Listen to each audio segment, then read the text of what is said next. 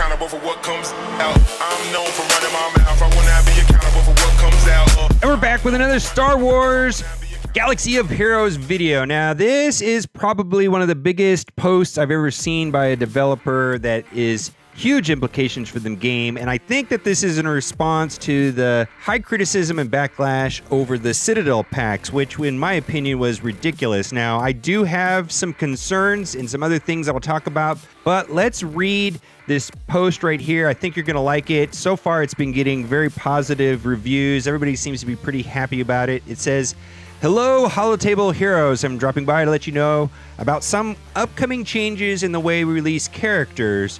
As you are no doubt aware, we have been using a new event structure to introduce new characters into the game. Yes, I like that new event structure. It's much better than the squad tournaments. I like those missions. They're kind of fun. We're really excited for you all to experience the upcoming Lord of Hunger event and hope you enjoyed playing with Director Krennic and Death Trooper in the Special Operations event." Yes, that's absolutely true. There's been some questions floating around about when you can get more shards for these characters. Is this a reoccurring event? Will these characters be available on the board? And the big criticism is that the Citadel pack, which had Krennic and Death Trooper, cost 3,000 crystals. I mean, it costs like $1,000 to get those heroes to 7 stars. There's a huge uproar, and rightfully so.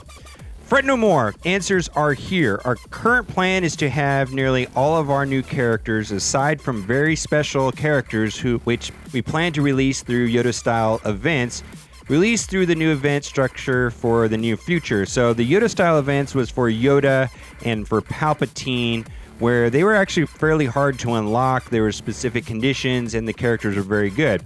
The intention behind the new event structure is give new character releases the pomp and circumstance they deserve, release new characters more regularly to keep the game fresh, get the characters into your hands. Additionally, for those of you that are able to complete the events and are so inclined to purchase packs, the event will enable you to progress part of the way to the 7-star version for free.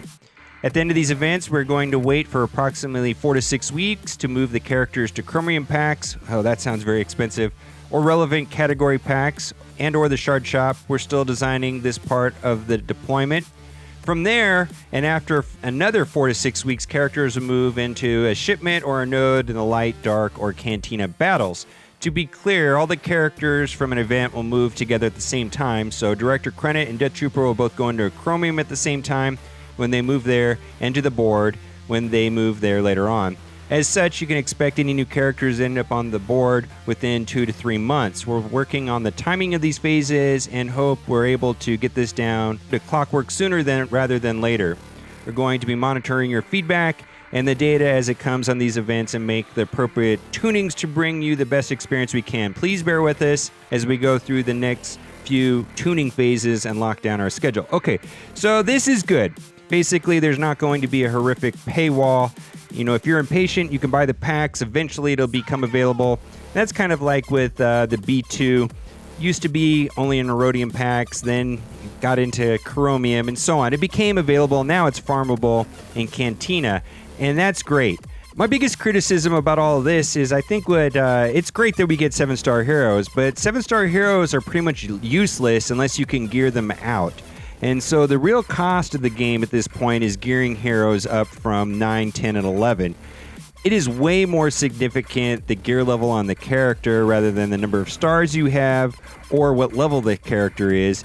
It's all about gear level, and that is where the hidden cost in this game is how expensive and how difficult it is to take a character from 9 to 10 and from 10 to 11. And, you know, as a free-to-play player, you know, it could take you a month to get a hero to gear 11. I'm going to guess that most people maybe have a handful of heroes at gear 11 where, you know, to be competitive in the arena and in also some of the raids, you really need gear 11 heroes. And so that's where the cost is in this game, is in gearing heroes. So it does make the characters more available. And, you know, of course, some people are going to gear out every character, and that's just fine. So I do think this is a good change. I wish that there was better access to certain pieces of gear parts, like the stun cuffs.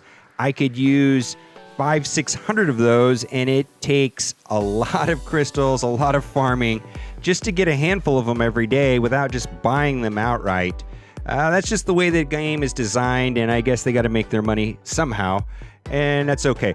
So overall, I think this update is good, and I welcome what they're doing. It seems like a step in the right direction. So let me know in the comment section what you think about this. It seems like most people are pretty happy, and I'm also pretty happy myself. All right, thanks for watching, and keep on gaming.